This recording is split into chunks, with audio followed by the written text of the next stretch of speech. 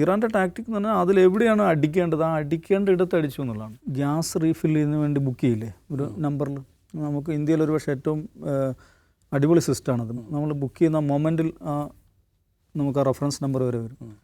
ഇപ്പോൾ ഒന്ന് ടൈപ്പ് ചെയ്ത് നോക്കും സേഫ്, എന്താ കിട്ടുന്ന മെസ്സേജ് അറിയോ? ഞങ്ങൾ ചില സാങ്കേതിക പ്രശ്നങ്ങൾ അനുഭവിക്കുന്നു. ഞാൻ ഇന്നലെ രാവിലെ മുതൽ ട്രൈ ചെയ്യാണ്. ഇപ്പോൾ ഇവിടെ കയറുന്നതിന് തൊട്ട് മുമ്പ് അവസാനം ട്രൈ ചെയ്തു. ആ ബുക്കിംഗ് നടക്കുന്നില്ല. അപ്പോൾ അതിനകത്ത് ഞാൻ ഒരാളായിട്ട് സംസാരിച്ച് പറഞ്ഞതെന്ന് വെച്ചാൽ അതിൽ പുതിയ കുറേ റെസ്ട്രിക്ഷൻസ് കൊണ്ടുവന്നു കഴിഞ്ഞു എന്ന് പറഞ്ഞാൽ ഒരു സിലിണ്ടറുള്ള ആളുകൾക്ക് ഇത്ര ദിവസത്തിനുള്ളിൽ ബുക്ക് ചെയ്യാൻ കൊടുക്കേണ്ടതുള്ളൂ, 2 സിലിണ്ടറുള്ള ആളുകൾക്ക് ഇത്ര ദിവസത്തിനുള്ളിൽ കൊടുക്കേണ്ടതുള്ളൂ എന്നൊക്കെയുള്ള റെസ്ട്രിക്ഷൻസ് വന്നു കഴിഞ്ഞു. എന്ന് പറഞ്ഞാൽ എന്താ സംഭവം? ഇപ്പോൾ ഹോർമൂസ് കടലെടുക്ക്, ഇൻഷുറൻസ്, അത് ഇതെന്ന് എന്താണ് അവർ പ്രഖ്യാപിച്ചത്? എന്ത് മൊജോ? ഫോഴ്സ് മൊജോ എന്ന് നമ്മളിങ്ങനെ വായിക്കുമ്പോൾ ഇവിടെ നമ്മൾ ഗ്യാസ് ബുക്ക് ചെയ്യാൻ പറ്റുന്നില്ല. അതാണ് സംഭവിക്കുന്നത്. എന്ന് പറഞ്ഞാൽ നമുക്ക് ലോകത്തിന് തന്നെ മൊത്തം LNG പ്രൊഡക്ഷൻ്റെ 20% ഇച്ചിരി പോകുന്ന രാജ്യത്ത് നടക്കുന്നത്. ഇത് ലോകത്തെ മൊത്തം ബാധിക്കാനൊരു പത്രഭാഷയല്ല, ദൈനംദിന ജീവിതത്തെ കടന്നു കയറുകയാണ് യുദ്ധം. അതാണ് സംഭവിക്കുന്നത്. അപ്പോൾ അതിൽ ഇറാൻ്റെ ടാക്ടിക് എന്ന് പറഞ്ഞാൽ അതിലെവിടെയാണ് അടിക്കേണ്ടത്, ആ അടിക്കേണ്ട ഇടത്ത് അടിച്ചു എന്നുള്ളതാണ്. അതേക്കുറിച്ചാണ് ഞാൻ ഈ യുദ്ധം നമ്മുടെ ഈ ഡിസ്കഷൻ തുടങ്ങേണ്ട ആദ്യ ദിവസം പറഞ്ഞു. ഒരു IRGCയുടെ കൊല്ലപ്പെട്ട സീനിയർ ചീഫ് കമാൻഡർ ഉപയോഗിച്ചൊരു വാക്കുണ്ട്, ഇതാ സഖത്തു സത്താസ്കുത്തു മായി എന്നാണ് പുള്ളി പറഞ്ഞത്. If I sink you will also sink with me. ഇതാണ് സിമ്പിൾ സ്ട്രാറ്റജിയാണ്.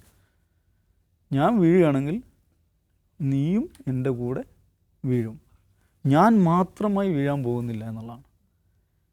എന്തിനാണ് ഇവർ ഈ പറയുന്ന ഇവിടെയൊക്കെ കയറി അടിക്കുന്നത് വെച്ചാൽ അത് ലളിതമായ അതിൻ്റെ യുദ്ധതന്ത്രം അതാണ്.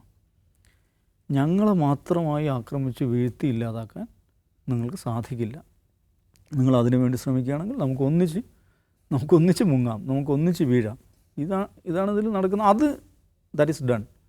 അത് സംഭവിച്ചു കഴിഞ്ഞു. അത് നമ്മൾ എണ്ണം എടുത്ത് നോക്കിക്കഴിഞ്ഞാൽ മതി. ഇറാൻ അയച്ചിട്ടുള്ള മിസൈലുകളുടെ എണ്ണം എടുത്തു കഴിഞ്ഞാൽ ഇസ്രായേലിലേക്ക് അയച്ചതിനേക്കാൾ കൂടുതൽ എവിടേക്കാണ് അയച്ചിരിക്കുന്നത്?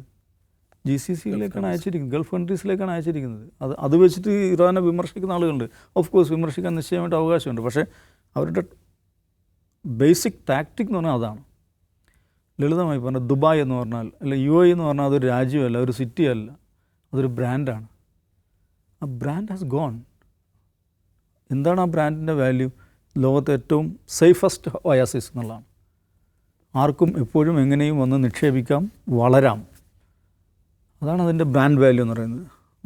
ആ ബ്രാൻഡൊക്കെ പോവുകയാണ്, അതൊന്നും നിൽക്കാൻ പോണില്ല.